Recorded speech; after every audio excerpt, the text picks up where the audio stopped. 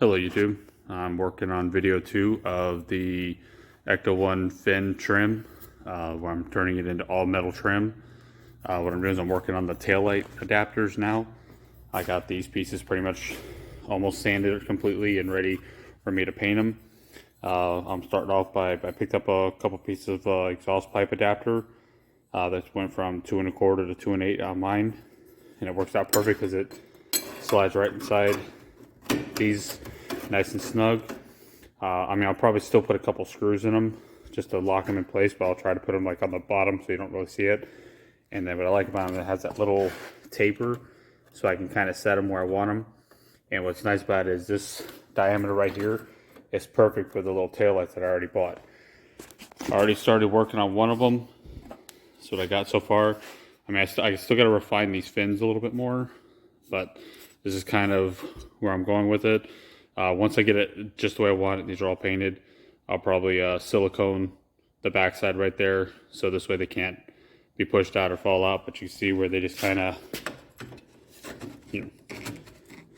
right inside there. Like I said, I'll be able to line them up to however far I want them to stick out. And that'll be my taillights for the new fin trim that I'm working on.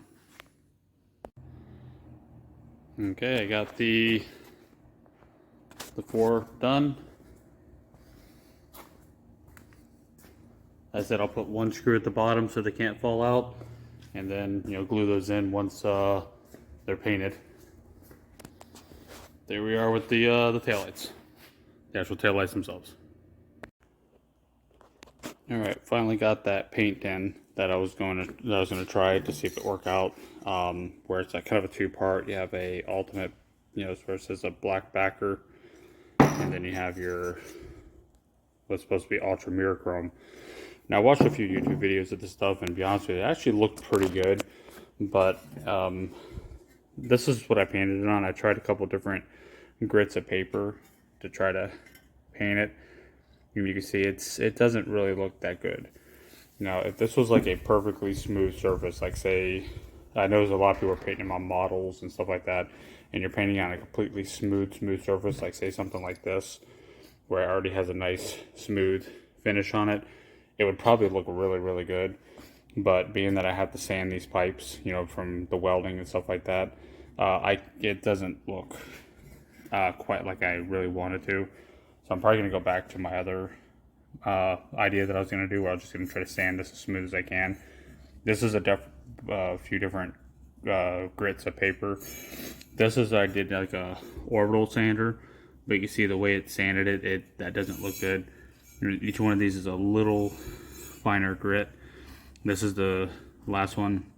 I'm going to try to go one more grit from that one to see if I can make it look good. I'm going to take these out in the sun and kind of show you what they look like in the sun.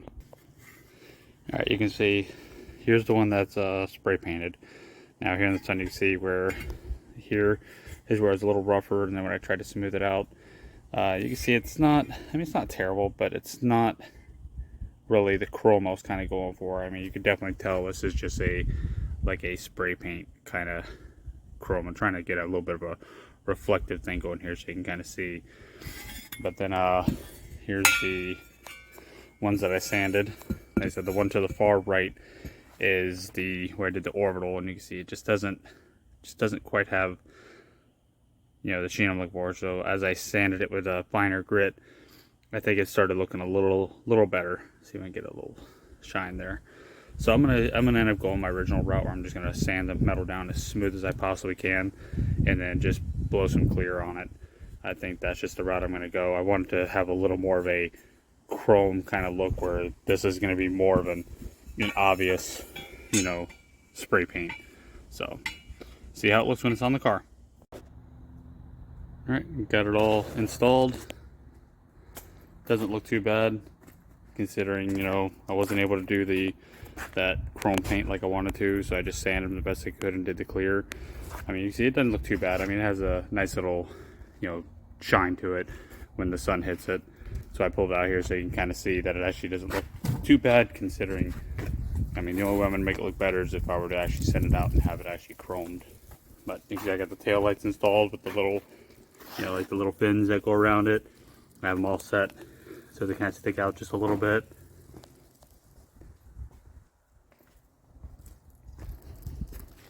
All in all, I'm pretty happy with it. This comes all the way down to the back side of the door here, locks down. I put a little bit of you know, caulking up underneath the bottom here, so this way it can't rattle. Same with this, there's some caulking on the back side here so it doesn't pull away from the car at all. But all in all, I guess I'm pretty happy with them.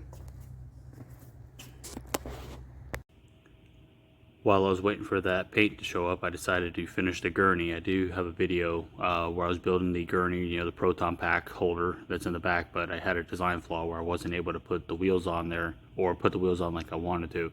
So it's really just going to be kind of like a prop rod kind of situation where I was going to set it up underneath there, and then when I, you know, was done, I was just going to lay them in the back of the car. But, you know, I just think that would be a little cheesy compared to all the other stuff that I'd done to the car. So I was able to find a way to make wheels drop down and all that, so I'm going to show you what I come up with.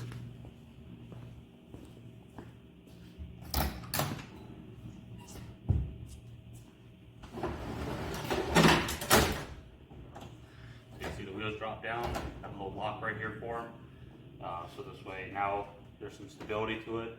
I decided to, because just in case I'm going to show and, you know, a little kid walks past and kind of looks and he kind of goes like this or something, I want to make sure that it's not going to flex too much, because without it, as you see, I mean, there's a lot of flex to it, you know, because it's only made of wood. So having these on there does give it the strength. You know, all I did, I just used some electrical conduit, a little piece of 3/4 plywood. I used a hole saw to make it look like a wheel. Obviously, this is never coming out of the car, so it doesn't have to roll, so it doesn't have to be functional in that aspect. It's more or less just a prop. And this is just like your brace that you see like on a ladder.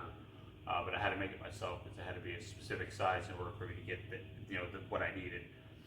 The only downside I still ran into is I'm not able to put any extra supports here, you know, to keep them from doing this, because, you know, otherwise I can't get it inside here. So I got one big brace up on the top here that kind of helps keep them somewhat in line. But I mean, as long as nobody walks past and, you know, kicks it really hard, it's not going to do anything. I still kind of thought about maybe just adding like, or I could take a bar at the truck and just lock it in there and then just pull that out and just set it up here. But I might get to it, then I'm not sure.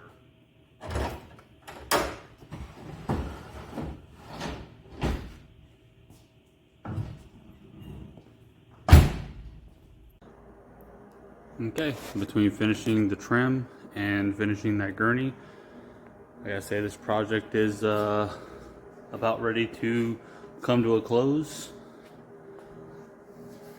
I just got a couple little odds and ends I want to do on the interior. You know, some of a couple more of the little gizmo things. But other than that, I'm just about done with this project. Thanks for watching.